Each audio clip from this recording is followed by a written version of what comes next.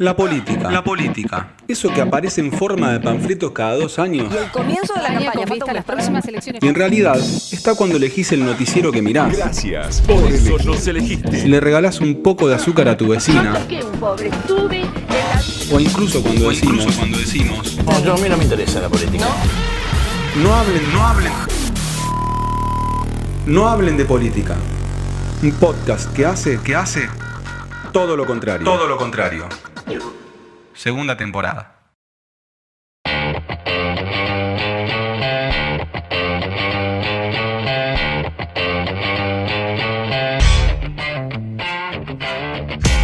Bienvenidos y bienvenidas a un nuevo episodio de No Hablen de Política. Esto podríamos saberlo copiar, pegar y dejarlo en todos los episodios de la semana porque decimos exactamente lo mismo. Pero estamos en el episodio número 27 de este año pandémico 2020 desde Olavarría y para todo el mundo. No, eso sí es algo novedoso. Como siempre está en la operación técnica de este episodio Tomás Cogliatti desde su casa y también desde su casa, desde su departamento. Mi querido compañero Alexis Griersonale, ¿cómo estás? Buen día, buenas tardes, buenas noches para que los que nos están escuchando. Yo me he dado cuenta de que cómo las relaciones digitales se han vuelto tan cotidianas que yo siento que te vi todo el año. Sí, a nosotros nos pasa algo una relación muy cercana. Sí, bueno, la relación, exacto, sí, nunca tuvimos una relación tan cercana como este año, podríamos decir. Claro, y no nos vimos, prácticamente nos vimos 2 veces.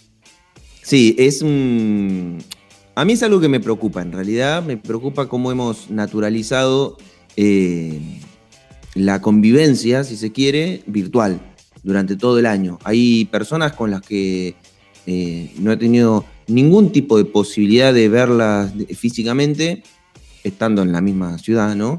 Y nos hemos visto de manera virtual. Y ya con una naturalidad como, hola, ¿qué tal? ¿Cómo estás? Che, mirá, es como hemos normalizado mucho de estas prácticas.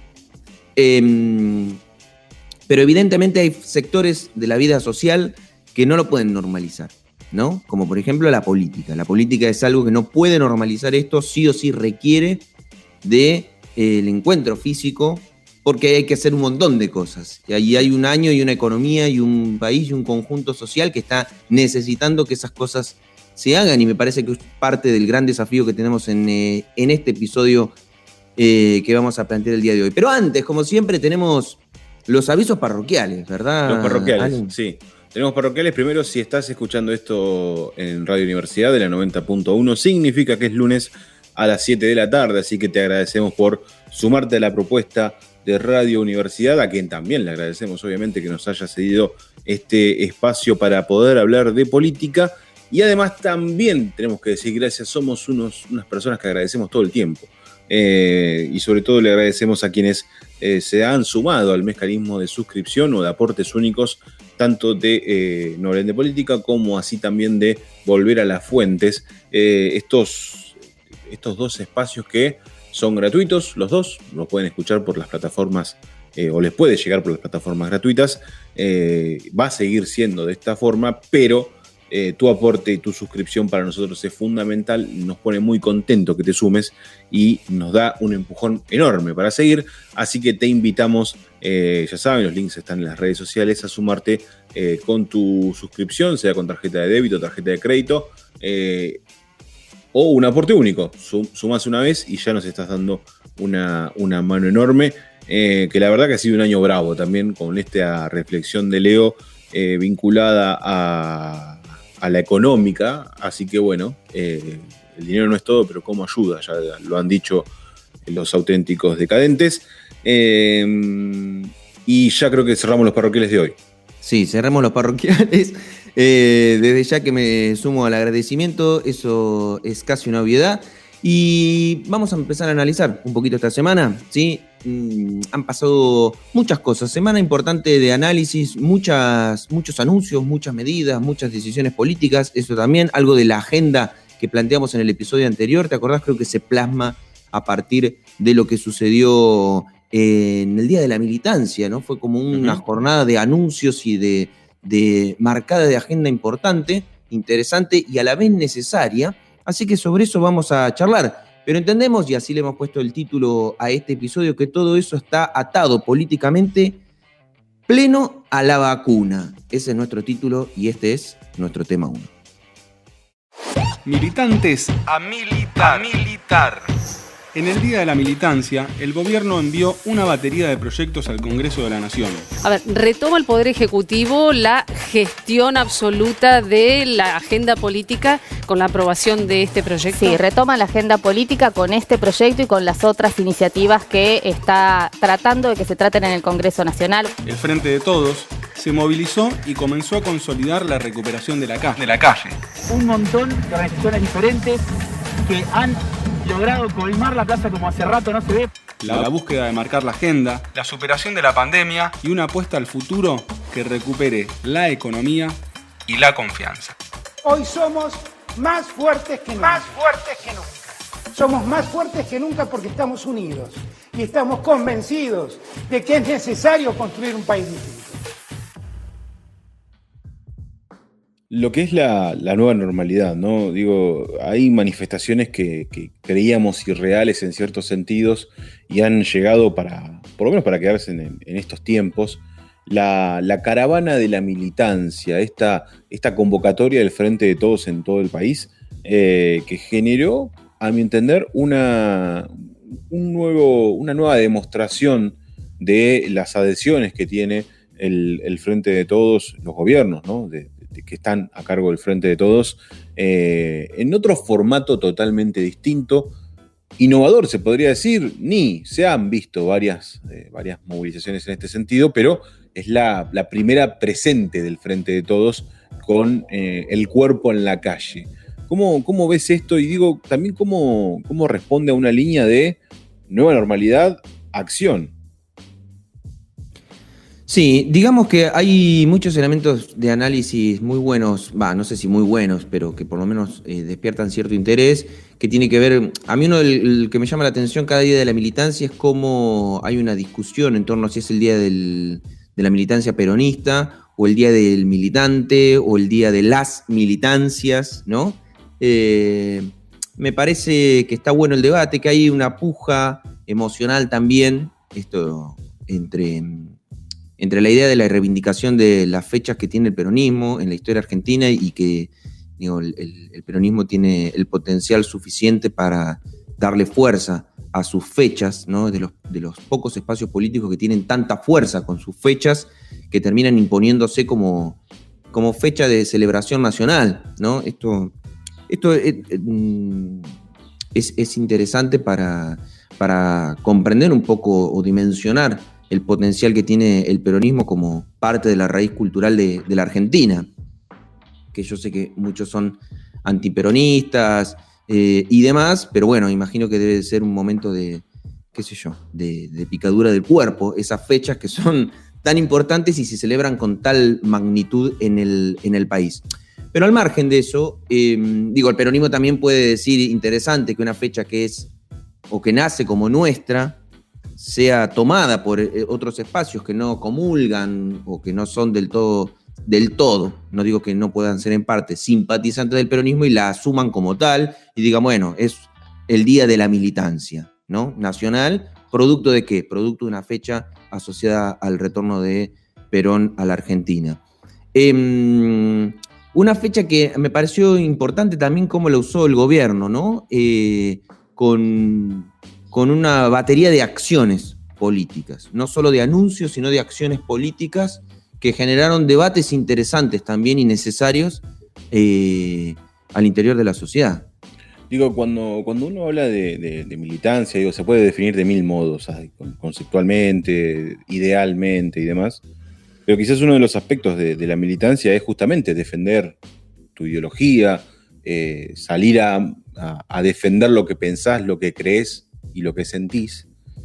Y fue una fecha particularmente muy ideológica, la del martes pasado. Eso me parece que es como el primer dato fuerte del Día de la Militancia Peronista, porque se debatió un tema ideológico, ideológico de bases. Yo creo que hasta eso te puede distinguir entre un militante ideológico de una forma y de otra. Claramente hay una división plena, que es el impuesto a las grandes fortunas. Yo aporte. Perdón, no estoy de acuerdo con la idea de ideológico. Y porque todo es ideológico. Lo que pasa es que me parece que hay un juego perverso ahí en catalogar de ideológico con una categorización negativa y decir lo que es ideológico, o sea, se le pone el título de ideológico, ya presupone una cuestión negativa, como si el resto no fuese ideológico. Digo esto porque surgió en el debate en el Congreso por el impuesto, por el aporte extraordinario, ¿no? Y uno de los argumentos de quienes estaban en contra es, esta es una medida ideológica. Y digo, pará, no hacerlo también es una medida ideológica. Es una... Y digo, por eso no estoy de acuerdo, porque es como repetir o subirse a ese discurso que intenta desideologizar lo ideologizado. Sí, a ver, yo no tengo la carga negativa en lo ideológico, digo, y me parece que si te pones a charlar con alguien que defiende el aporte, te va a señalar justamente una de las razones es ideológica. Creemos en que los que más tienen en este contexto de crisis son los que tienen que solidarizarse y acompañar a los que menos tienen. Yo particularmente... no está de acuerdo, también tiene una razón ideológica. ¿Qué cree? Sí, claro. Esto no es positivo porque va a eliminar inversiones. Sí, pero... O porque es confiscatorio. Sí, pero a diferencia de otros... Digo, todo es ideológico, insisto, yo coincido con eso. A diferencia de otros temas, me parece que esto es más de base. Este tipo de temas, por eso yo hablo por ahí traslado mi definición de ideológico, definen estructuralmente un pensamiento. Digo, recuerdo cuando lo debatimos hace unos meses, y ya creo que estábamos en segunda temporada, esto de un debate de esta índole se asemeja mucho a la 125, se asemeja a lo que pasó con Vicentín. Digo, son temas estructurales en el pensamiento ideológico partidario de un militante, por ejemplo, o de las personas en general. Más allá de eso, me parece que fue y además esto de que quienes más tengan son los que más paguen, de que aporten más, también tiene esa lógica peronista de redistribución de la riqueza. Por eso siento que fue más ideológico que en otros años, digo, porque había un tema en tapete. Por eso me pareció muy interesante, sobre todo porque, digo, estamos acostumbrados a ver celebraciones del Día de la Militancia más vinculados a la lucha de la militancia, digamos, un poco resaltar la lucha de los militantes en tiempos de exilio de Perón y demás. Esto me parece que tiene un tinte más actual, digo, este año hablamos de este año. Sí, se recordó el regreso de Perón de Madrid, todo muy lindo, pero digo, esto fue ahora. Este año estuvo atravesado completamente por lo que sucede con el aporte extraordinario de las grandes riquezas. Yo también lo quiero llevar para el lado sanitario, digo, es la primera vez que el Frente de Todos convoca una movilización, con obviamente 300 asteriscos, bemoles, no es lo que estamos acostumbrados a ver, sobre todo en fuerzas vinculadas al peronismo, pero es la primera vez que se vio. Y es la primera vez que el Frente de Todos se muestra en la calle abiertamente. Digo, el 17 de octubre hubo caravanas y demás, pero eran facciones del peronismo, qué sé yo. En Capital fue la CGT y alguna que otra agrupación, pero no era el Frente de Todos. Esta vez fueron los principales dirigentes, incluso el presidente adhirió a esta movilización con cuidados sanitarios, pero ya empezar a mostrarse en la calle. Qué importante es eso, sobre todo para la militancia peronista, empezar a pisar la calle, en tiempos donde la pandemia hizo que la calle sea ocupada por otros, por otras ideologías, por otros pensamientos, que incluso uno cuando se empezó a acostumbrar a cierto encierro o a ciertas formas de vivir la pandemia, digo, se empezó a desacostumbrar a esas movilizaciones y a esa demostración, no sé si de poder, pero sí de la fuerza militante que tiene el peronismo. Digo, y eso me parece muy interesante, porque rompe con una lógica, rompe con un espejismo, ¿no? Me parece que que lo que vimos en esos meses de manifestaciones que primero fueron anticuarentena, que después fueron los libertarios, que después fueron más sectores casi más vinculados a Juntos por el Cambio, fueron espejismos. Y la verdadera fuerza militante me parece que se empezó a ver en la última ocasión, y yo creo que va a ser algo que va a crecer, sobre todo porque vienen tiempos complejos. Y porque justamente el crecimiento de estos movimientos que en cuarentena se movilizaron, que como vos, Leo, has dicho y yo sostengo también que es algo para mirar, no es para decir, eran 2, ya está, no, es algo para mirar de cerca, me parece que es importante, es debatir la ideología en la calle. Y una movilización en la calle en tiempos donde fue pensado como título, es vacuna o mierda, porque yo creo que el gobierno no tiene otra alternativa que la vacuna. Está bueno esto que aclarás, ¿no? De qué se fue pensado como título. Fue uno sí. Pensamos y dijimos, no da. Es muy fuerte. Pero bueno, no deja de ser una realidad. Yo creo que, a mi forma de verlo, el gobierno apuesta a la vacuna, y si la vacuna sale mal, que todos esperamos que no sé de qué nos vamos a disfrazar. En ese contexto de vacuna o mierda, bueno, la vacuna está al caer, aparentemente. Y si está al caer, creo que es momento de retomar la agenda.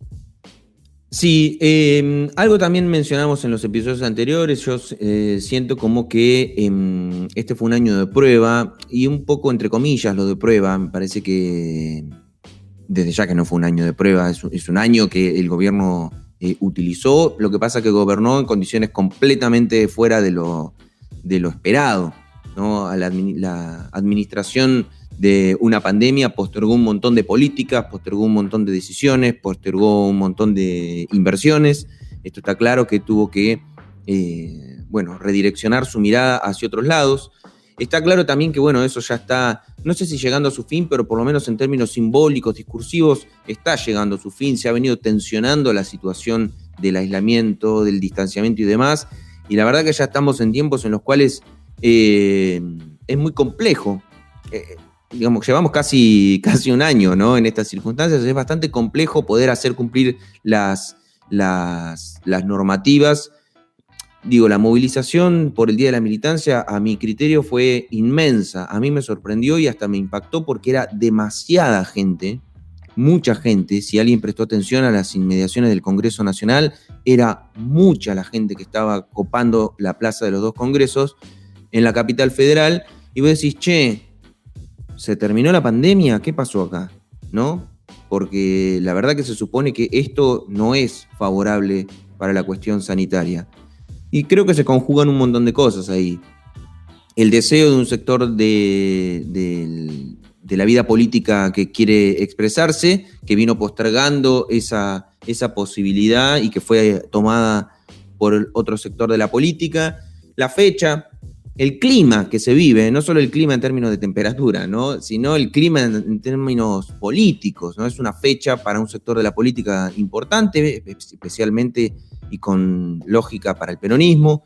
Entonces decidió expresarse, pero yo incluso veía el mensaje presidencial, y el presidente el 17 de octubre dijo hubiese preferido que se queden en su casa, pero les agradezco aún así la expresión de apoyo. 17 de noviembre, el presidente no dijo hubiese preferido que se queden en sus casas. Dijo, les agradezco a todos los que se movilizaron, ¿no? Es como diciendo, ya está, ya ni siquiera se les pide. Si uno quisiera ser cruel, le decía, ¿qué puede llegar a decir Alberto, no? Que no usa el barbijo cada tanto, se saca fotos con gente, lo que pasó en Jujuy el día previo a la despedida de Evo.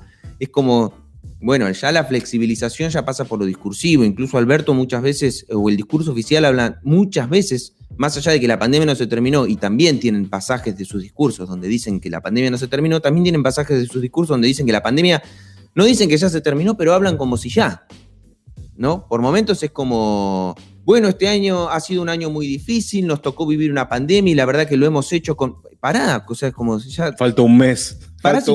Terminó. Pero ese es el clima vivido. Creo que las políticas también están un poco jugando a la escena post-pandemia. Ya se están haciendo planteos y discusiones que ya no tienen que ver con la cuestión de la pandemia. Incluso también se advertía con cierta coherencia, entre comillas, ¿no? Lo pongo entre comillas, pero cuando se dio la discusión en el Congreso por las distintas leyes que se debatieron, entre ellas la del aporte extraordinario, gran cantidad de los discursos opositores decían queremos volver al recinto. Ya está, volvamos al recinto. Y hoy cobra un poquito más de coherencia eso, ¿no? Porque vos decís, bueno, o sea, ya estamos en verano, están bajando los casos, todas las actividades se están volviendo, empieza a tener un poco más de coherencia. No significa que sea seguro o no sea seguro. A ver, seguro no es, eso está claro, porque todavía estamos en pandemia y el distanciamiento social sigue siendo la medida más efectiva hasta tanto no esté la vacuna. Pero relativamente es más coherente a esta altura pedirlo en noviembre que tal vez en agosto. Ahora, se mandaron medidas al Congreso, la política envió al Congreso y empezó a marcar la agenda con temas que no tienen estrictamente que ver con la pandemia, sí que fueron postergados por la misma y que generan discusión interesante de cara al cierre de este año complejo, ¿no? Sí, yo quisiera quedarme para cerrar ya este planteo. Digo, todos los martes la provincia de Buenos Aires hace conferencias de prensa actualizando la situación sanitaria y un poco el sistema de fases, ¿no? del territorio bonaerense. Es encabezada por el jefe de gabinete, se me fue el nombre, Carlos Bianco, y el ministro de Salud, Daniel Goyan. En la última conferencia, algo que me llamó poderosísimamente la atención es que en provincia de Buenos Aires todavía no están reglamentadas las reuniones en espacios abiertos hasta 10 personas, ¿no? Que es quizás como el punto cúlmine más abierto que hay en nuestro país con respecto a los permisos. Daniel Goyan empezó a hablar de una cuestión vinculada a crear burbujas, ¿no? Empecemos a crear burbujas. ¿Querés ver a tu familia? Bueno, juntate con aquellos que se estén cuidando y vos también te estás cuidando, entonces no va a pasar nada. ¿Querés ver a un amigo? Lo mismo. ¿Querés ver a lo mismo? Ya se está hablando de juntarse. Y yo creo que es ya el preaviso de lo que serán las fiestas. Y me parece saludable empezar ya desde noviembre con este tipo de discursos, con lo que va a ser inevitable, digo, va a ser imposible que las familias argentinas no se reúnan en las fiestas, obviamente tomando los recaudos, no siendo esas grandes fiestas donde se juntan 30 personas, pero sí que una persona que no es que una sola persona la va a pasar sola en su casa porque no puede salir, ¿no? Sino que va a empezar a poder interactuar. Y eso me parece que lo hacen las burbujas, que es lo que se está empezando a mostrar de a poco como estrategia de cara al verano. Digo que el verano va a ser todo un tema, sobre todo por la cuestión climática de la necesidad de salir, la necesidad de tomar aire, la necesidad de meterse en una pileta, de irse de viaje, de hacer vacaciones. Bueno, es interesante ese discurso y creo que queda como un lugar abierto de cara a lo que viene, pero también pensando en que la pandemia está llegando a su fin. Sí, aunque la política siempre detrás, ¿no? Nosotros al principio de la pandemia o al principio de las medidas sanitarias que se comenzaron a tomar, en algún momento te acordás que habíamos hablado de si había la posibilidad de constituir protocolos para los encuentros, protocolos para las juntadas. Eso nunca existió. ¿Qué hizo el conjunto de la sociedad? Se juntó igual. Entonces es como decir, bueno, como cuando Alberto la otra vez dice, pasamos de aislamiento social a distanciamiento social. Y tuvieron que admitir, aunque en el fondo medianamente ya estamos viendo que eso ya lo hicieron. Es decir, la política viene a reglamentar algo que la gente ya está haciendo. Y ni siquiera es que lo reglamenta. O sea, hay una disociación entre el hecho y la ley, ¿no? Muy grande, que se fue ampliando esa distancia desde que empezó la pandemia hasta hoy. Cuando todo esto arrancó, todos cumplimos las normas, ¿no? El conjunto de la sociedad relativamente cumplió las normas y sancionaban a quien no la cumplía. El conjunto de la sociedad cuestionaba a quien no la cumplía, ¿no? Esta persona que venía de viaje y no cumplía el aislamiento se lo sancionaba públicamente y demás. Después, la política dejó de dar respuesta a los comportamientos y medianamente que ahora propone burbujas cuando uno ya ve que la gente se está juntando. ¿Se entiende? Entonces, ahora es como un poco más complejo para mí y da para un análisis un poco más profundo en algún otro momento, tal vez, de cómo los comportamientos van por delante de lo que la política pueda intentar o desear regular en situaciones de emergencia. Esa será la invitación a que en los próximos episodios charlemos del tema. Por lo pronto, tenemos nuevo tema, pero además una particularidad muy interesante. Tenemos invitada y lo vamos a contar en el próximo eje. Se viene la segunda. Alberto Fernández envió el prometido proyecto de legalización del aborto al Congreso de la Nación. En el día de hoy enviaré al Congreso de la Nación para su tratamiento 2 proyectos de ley. El primero de ellos legaliza la interrupción voluntaria del embarazo y garantiza que el sistema de salud permita su realización en condiciones sanitarias que aseguren su salud y su vida. Una promesa cumplida Y un nuevo debate. ¿Qué cambia que sea el gobierno quien impulsa el proyecto? ¿Cuáles son las concesiones? Oportunidad, Votos. triunfo o derrota en un debate que va a la raíz cultural de nuestra sociedad.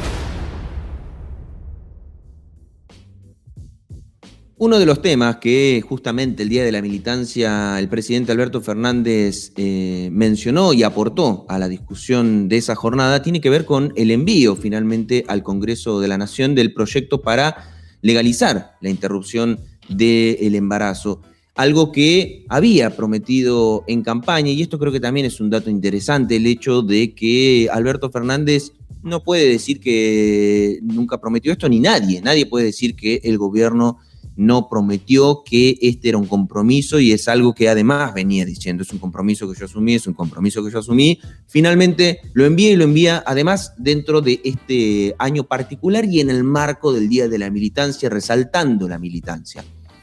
Tenemos una invitada, como lo mencionábamos, y justamente me parece que puedo enganchar por ese lado con la idea de la militancia, porque mucho de militancia que resaltó el presidente en ese video y en ese anuncio tiene que ver con este proyecto. Estamos con Carolina Planes. Primero la vamos a anunciar como una fiel oyente de nuestro podcast. Eso creo que nos puede dar cierto... Es el título número 1. Es el título número 1. Luego como antropóloga y como amiga de la casa. ¿Cómo estás, Caro? Gracias por aceptar esta invitación al debate. Hola, gracias. Gracias por invitarme. Estoy acá choluleando. Además estuvo en la cocina del bloque. Sí, estuvo en la cocina del bloque. Bueno, pensando un poco cuántas cosas se ponen en juego, ¿no? Uno piensa que es uno de los proyectos más que genera más discusión al interior de la sociedad, que pone en cuestionamiento muchos patrones culturales, mucha raíz de cultura dominante, conservadora, que pone en discusión la idea de la vida también.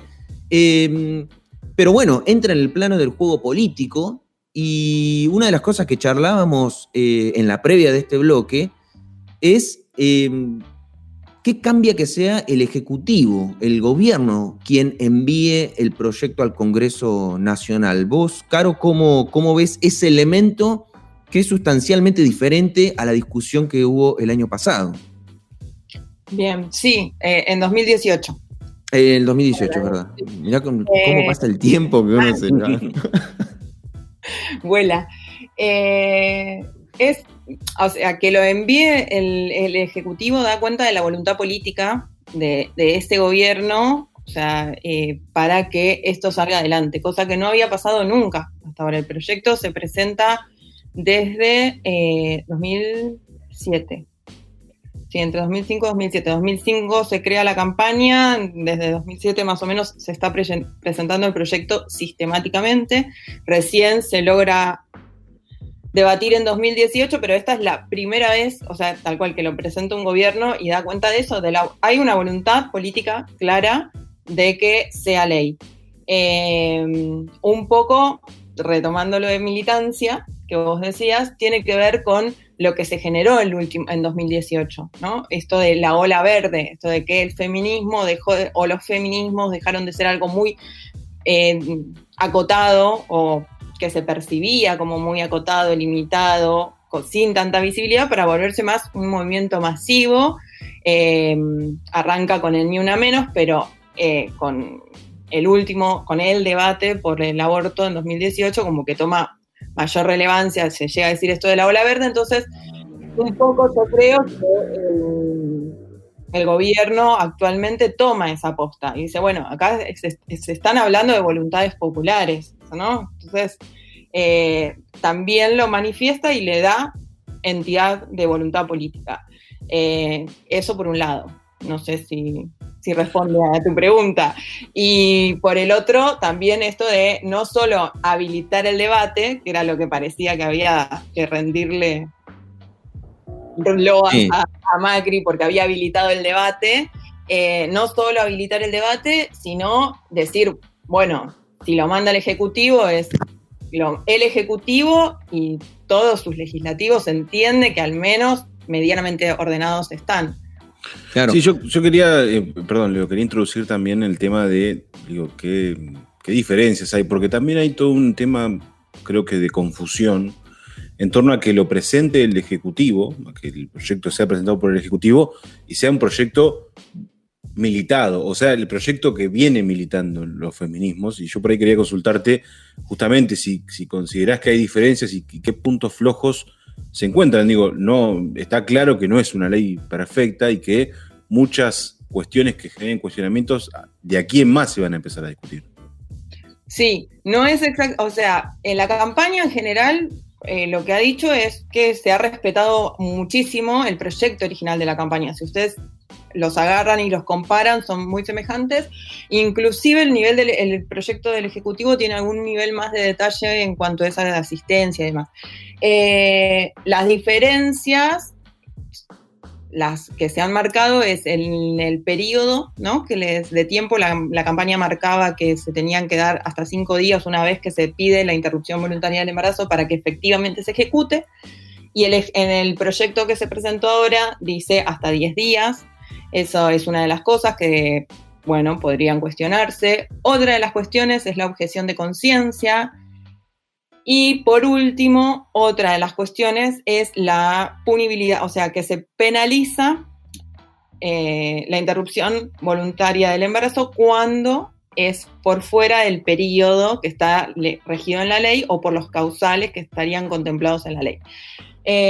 Estos dos últimos puntos me parece que pueden llegar a ser los más problemáticos, porque obviamente que el proyecto de la campaña tenía un espíritu más amplio de derecho a la salud y de ejercicio de la libertad y la soberanía de los cuerpos de las personas con capacidad de gestar. Y me parece que este proyecto viene a negociar un poco también una de las cosas más flacas, o sea, que en el debate de 2018 trajo muchos obstáculos. En el debate de 2018 se llegó a discutir o al menos cuando hablaban, no me acuerdo exactamente si en el recinto o en las comisiones, la objeción de conciencia institucional, que es casi que una institución entera pueda negarse a cumplir un derecho, a hacer efectivo un derecho. Y lo mismo, hay mucho morbo con esto de hasta las fechas, hasta qué momento de gestación se puede abortar o no. Entonces, este proyecto viene a poner que si es por fuera de las 14 semanas y no está dentro de los causales, una mujer que se encontrara en situación de haber practicado un aborto va a ser penalizada.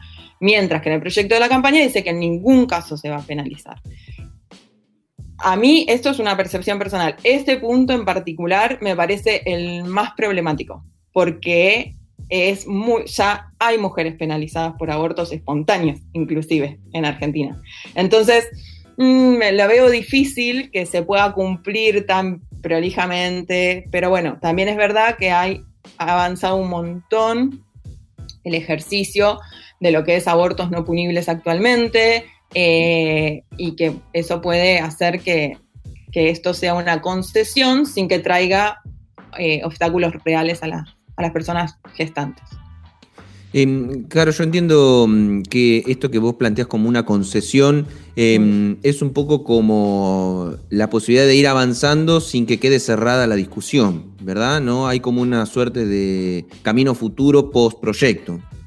Exacto. O post aprobación en el caso de que así sea. Tal cual.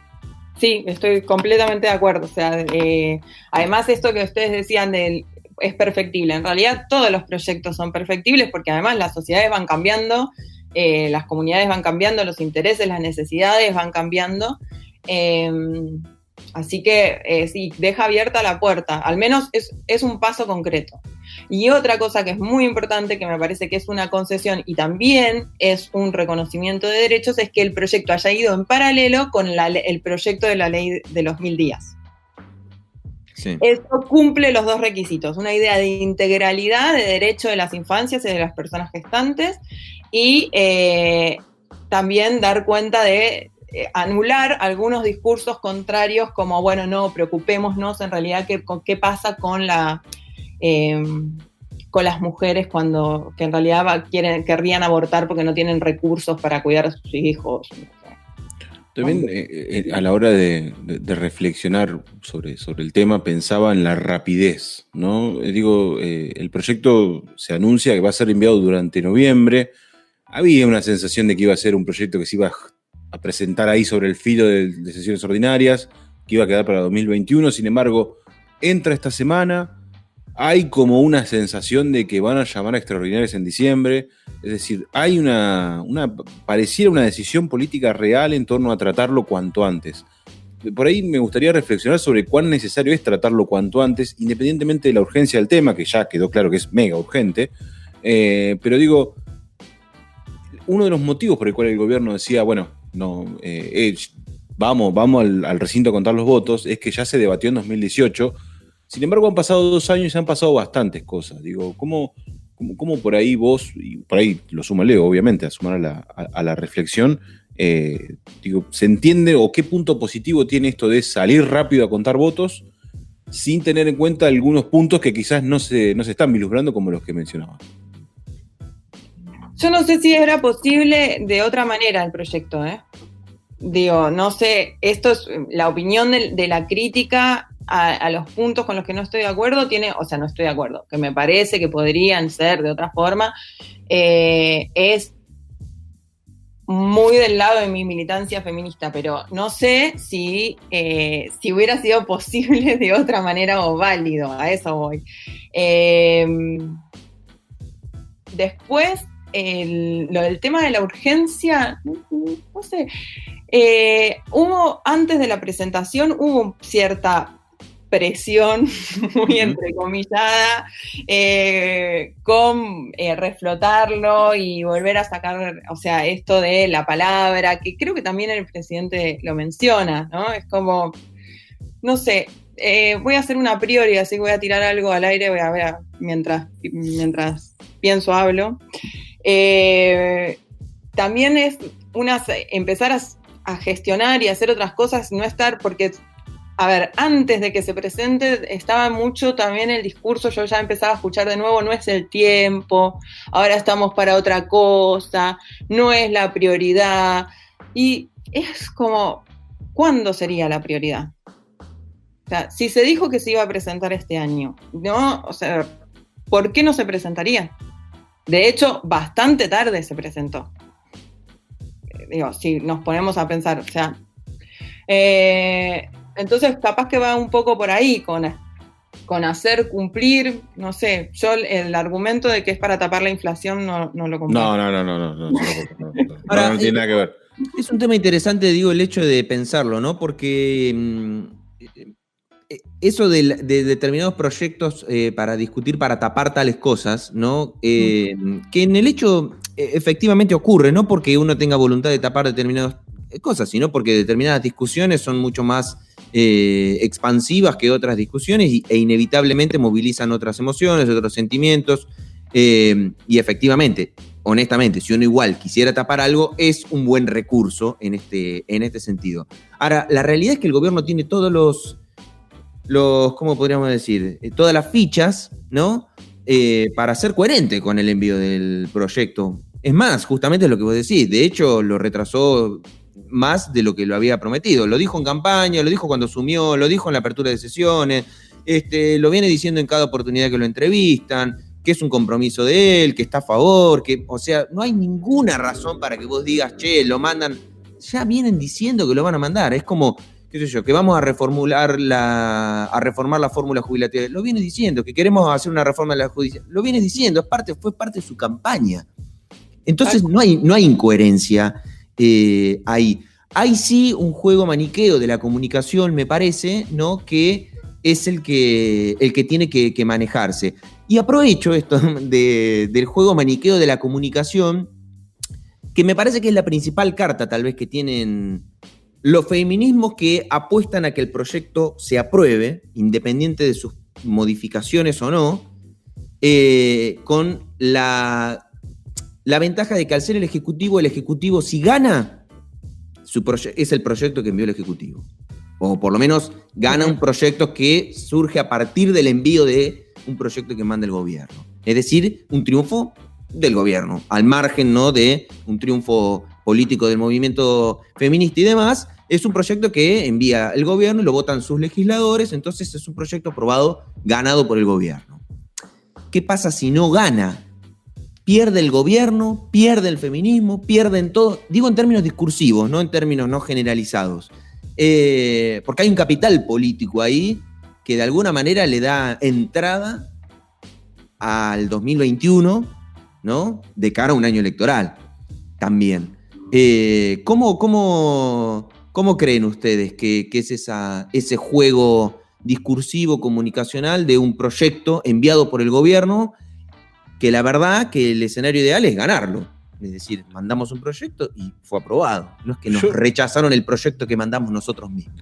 Yo me voy a estirar un poquito el frenaje. Voy a ir un poquitito más allá, a riesgo de que después me prenda fuego y demás. Yo tengo la sensación de que cuando vos decías que hay un capital político en juego, yo creo que el gobierno, y esto es una interpretación que la hacía mientras charlábamos, vinculado a que el gobierno utiliza el capital político que construyeron los feminismos y lo pone en juego, ¿no? Es como que vos, Leo, tenés un pedazo de torta, yo la pongo en el medio y bueno, vamos a ver quién se queda con la torta. El tema es cuando se pierde ese capital político. Esa es como mi primera aproximación, digo. ¿Será una derrota del gobierno? Y no, pero el feminismo yo creo que sí. Es una pérdida de capital político. Pero no podría pensarse como una asociación. Es decir, che, somos socios en esto. Si ganamos, ganamos ambos. Si perdemos, perdemos ambos. Mira, dale. Es muy parecido a lo del voto femenino. O sea, en realidad a lo que están planteando. Es en esto del capital político. Y el peronismo tiene mucho de eso, ¿no? Ha pasado también con otras conquistas ganadas. La ampliación de derechos que generalmente se da en los gobiernos peronistas tiene mucho que ver con la capitalización y el encauce de voluntad política de luchas preexistentes, de darle valor, de darle voluntad. Para mí, no hay pérdida de capital político acá. El feminismo no va a permitir que haya pérdida de capital político porque, de hecho, de la historia de la lucha por la legalización del aborto a este último tramo hemos venido ganando ampliamente. O sea, y una pérdida en un debate, o sea, la ley en sí misma sería el triunfo, pero no tenerla ahora no quiere decir que hayamos fracasado o que hayamos perdido capital político, como pasó en 2018. O sea, era bueno, al final vieron que se debatió y no se ganó. O sea, que hicimos todo esto y no se ganó y nos desviamos y dejamos de pensar en otras cosas y no se ganó. ¿Cómo no se ganó? Mira, ahora lo presenta el Ejecutivo. O sea, si no teníamos toda esa historia previa, ¿íbamos a llegar ahora como llegamos? No sé, es una pregunta media falaz porque no la vamos a poder responder. No, pero también digo, a ver, hay un correlato que me parece que acompaña tu postura, que es la de que el gobierno justamente dice, esto ya se debatió. Digo, ¿por qué lo vamos a debatir otra vez en una mesa con 700 expositores? Si ya todos hablaron, todos participaron, todos y todas pusieron su voz y su postura a favor, en contra, ¿para qué lo vamos a repetir? Si ya quedó claro. A ver, si alguien cambió de pensamiento de 2018 a 2020, bueno, pero no considero que sea así. Y me parece que hay un correlato en ese sentido. Y bueno, el debate ya está puesto en la mesa hace 2 años. Bueno, vamos a sentarnos y a debatir. Y ahí me gustaría enganchar, ya para empezar a cerrar este pronóstico de qué pueda llegar a pasar. Digo, en 2018 se dio una particularidad, que fue un debate no polarizante. No había 2 partidos políticos disputando una respuesta a cada uno, sino que estaba todo dividido dependiendo de cada uno de los legisladores y legisladoras que, por su pensamiento, votaban a favor o en contra, independientemente del bloque. ¿Qué diferencias hay con esa votación, Caro? Y también digo, ¿cuál es la variable? La variable está claro que es el gobierno, pero ¿qué crees que pueda llegar a pasar con los legisladores y las legisladoras del Frente de Todos, que no están tan de acuerdo, o que no están de acuerdo directamente con el proyecto, pero es el presidente el que manda el proyecto? ¿Cómo ves esa variable que para mí es casi fundamental de cara a lo que viene? Yo más que lo que veo, lo que espero es que haya un ordenamiento en el Frente de Todos. O sea, que esto, creo que lo comentamos, enviado por el Ejecutivo, tenga cierto peso de ordenamiento de los diputados, las diputadas, senadores y senadoras del Frente de Todos, pensando, cosa que no sé, que pueda haber existido un acuerdo político, o sea, entre así como un acuerdo político de justicia social en el acceso al derecho al aborto legal. Y que más allá de las convicciones personales se puedan trascender. No sé si va a pasar, porque la realidad es que también hay gente que es muy fuerte la convicción contraria, y tampoco es para subestimarlo, decir que es únicamente una cuestión antiderechos o una cuestión de inhibirlos como algo orientado. Hay veces que hay convicciones profundas, es creíble, y ahí el debate que nos tenemos que seguir dando, me parece a mí, es, bueno, hasta qué punto las convicciones personales, la moral personal, determina el derecho general, que es lo que ha venido pasando históricamente con las mujeres y con las disidencias en la normativa, no solamente en el aborto, sino en todas las cosas que nos ha pasado. Los argumentos que se usan son muy semejantes a los de principios del siglo. Sí, son de terror. Sí, no hay duda, eso no hay duda.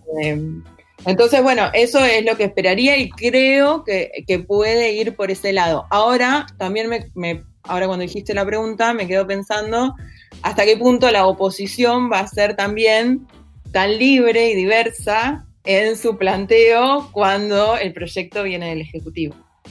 Exacto, para ver si le da un triunfo al Ejecutivo o no. Exacto. Con su voto. Pero a mí me parece que eso también es lo interesante de este proyecto, que rompe un poco esas lógicas, porque yo no estoy tan de acuerdo con lo de los argumentos o con la descripción de argumentos del siglo pasado o arcaicos. O sea, no le doy esa categorización en términos de decir, bueno, son creencias tan profundas, digamos, que en todo caso, vistas desde alguien que tiene otra mirada, los puede considerar atrasados y demás, pero justamente es esa profundidad en la interpretación y en la sensación que lo atraviesa para decir lo que dice, que es una discusión que rompe un poco los esquemas políticos generales. Es decir, ¿qué hago? Si yo estoy convencido de que esto es un horror, no puedo, por más que sea mi gobierno, votarlo a favor. Y lo mismo a la inversa. Si yo estoy convencido de que esto es algo necesario, no puedo, por una cuestión política, votarlo en contra, porque es tan tajante, digamos, votarle en contra o votarle a favor para ser algo tan profundo que se borra un poco si es que le doy crédito o no le doy crédito al gobierno. Es como, bueno, en esta perdónenme si le doy un triunfo al gobierno o perdónenme si le doy una derrota al gobierno, pero tiene que ver con otras cosas. Y eso es lo lindo incluso de la discusión, ¿no? Que es una discusión que va a fondo a los patrones culturales de una sociedad en este caso. Y que me parece también que se plasma con una discusión que le da un triunfo muy grande al ejercicio militante, ¿no? Porque creo que se llega a esto básicamente porque es un triunfo del ejercicio militante, de la palabra, de la discusión, del debate, de la confrontación de ideas constante, que permite que institucionalmente se logre, como resuelve, al menos por ahora, nuestra sociedad argentina, sus debates político-ideológicos. Pero me parece que sí, que por eso no sé si hay tanta pérdida de capital político en sí, porque el proyecto pasa por otros lados, no tanto por lo político partidario, ¿no? Sí, desde ya entiendo que quienes hagan la lectura política partidaria verán un triunfo o no, pero no creo que sea que mueva el amperímetro esa lectura, digamos. No, espero. En términos sociales me refiero. No, en términos sociales la campaña ya lo viene diciendo. En términos sociales la batalla ya está ganada. Claro. O sea, esto, y ahí de nuevo, cuánto representan los representantes, ¿no? Los representantes, que es otro tema. Pero sí, estoy de acuerdo con vos y va a ser muy interesante verlo. Siempre es muy interesante cuando los debates en general son legislativos, son muy interesantes, y más cuando tocan esto que vos decís, o sea, la moral. Claro. La moral es lo que nos viene o entendemos que nos viene a definir como sociedad. Es genial.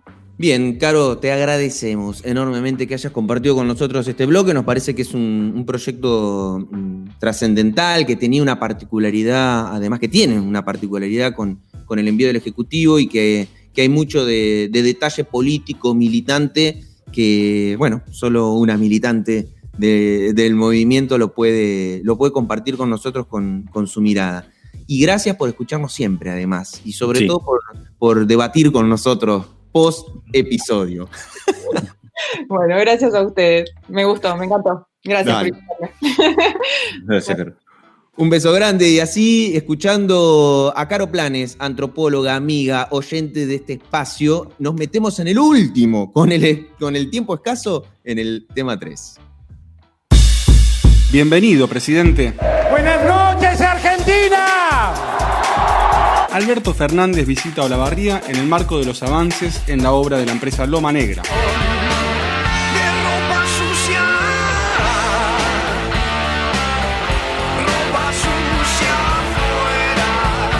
La apuesta a la obra pública y a la construcción en general. Un símbolo del relanzamiento post-pandemia.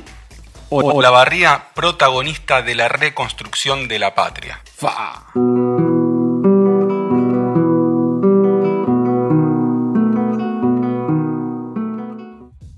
Bueno, el martes Alberto Fernández, el presidente de la Nación, estará en Olavarría.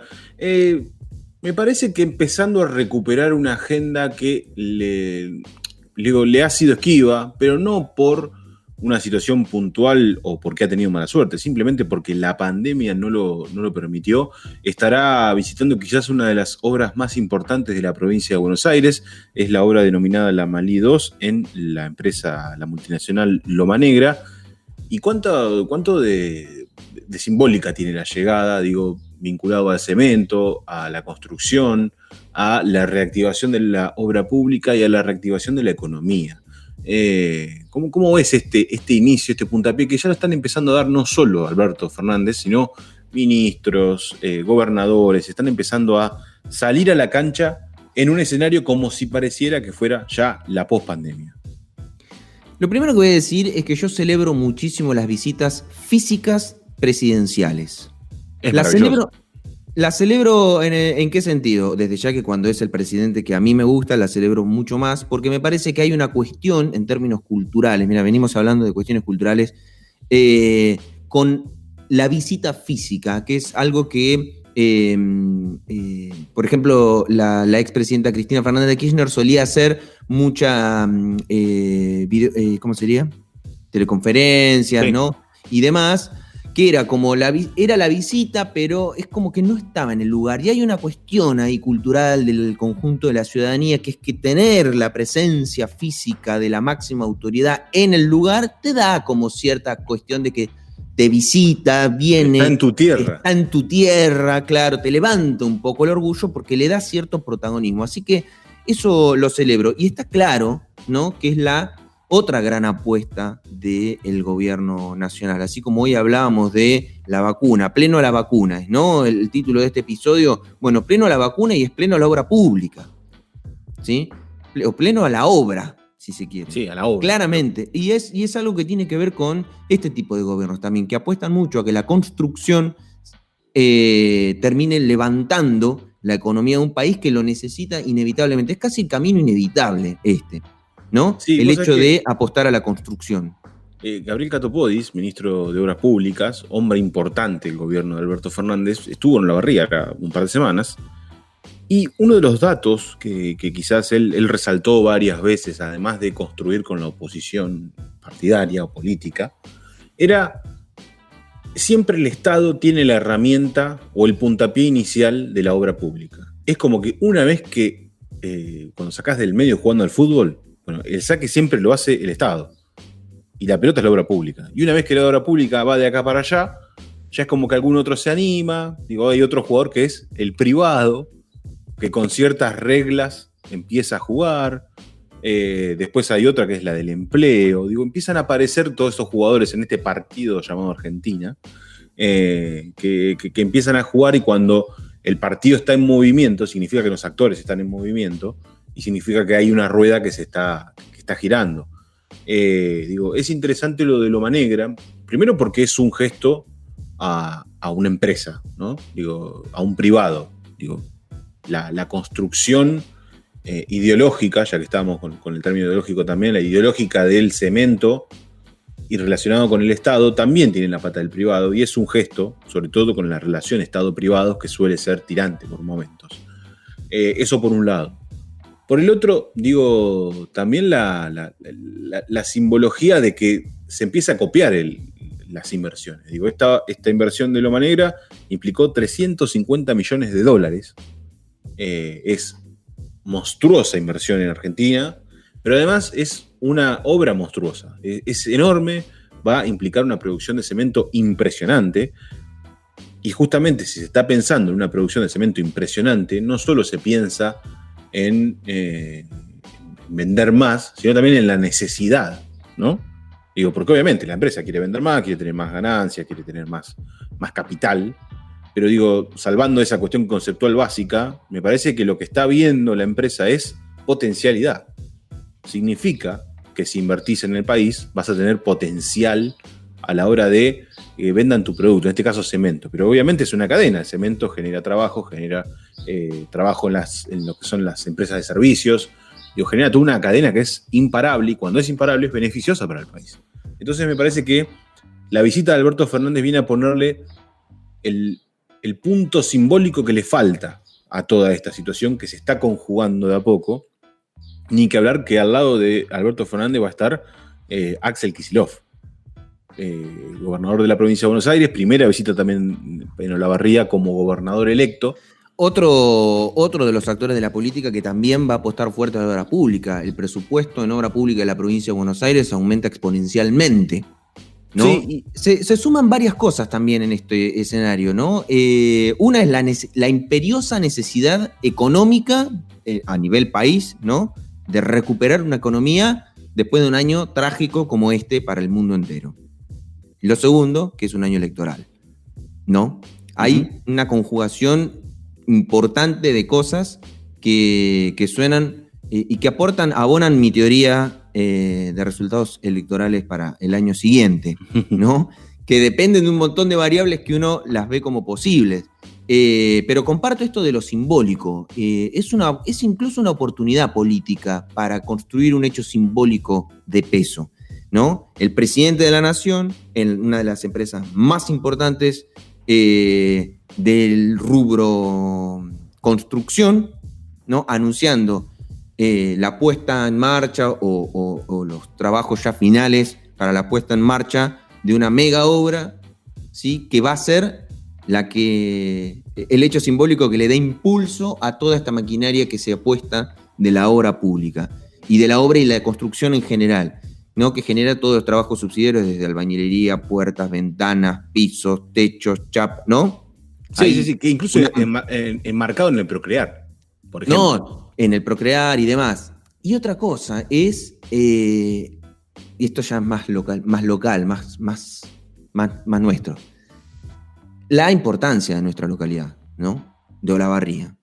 Olavarría como un centro nodal. Mirá quién, un poco de orgullo podría ser. Vinieron acá. Mirá quién recurrís, claro, a qué territorio del país recurrís para levantar el país, Olavarría, ¿no? Protagonistas del ascenso de la patria. Sí, una cosa así. Enorme. Una gesta. Claro, una gesta. Y para cerrar el debate, digo, probablemente el fin de semana que viene charlemos un poco de los ecos de la visita de Alberto Fernández y cómo ratifica este simbolismo.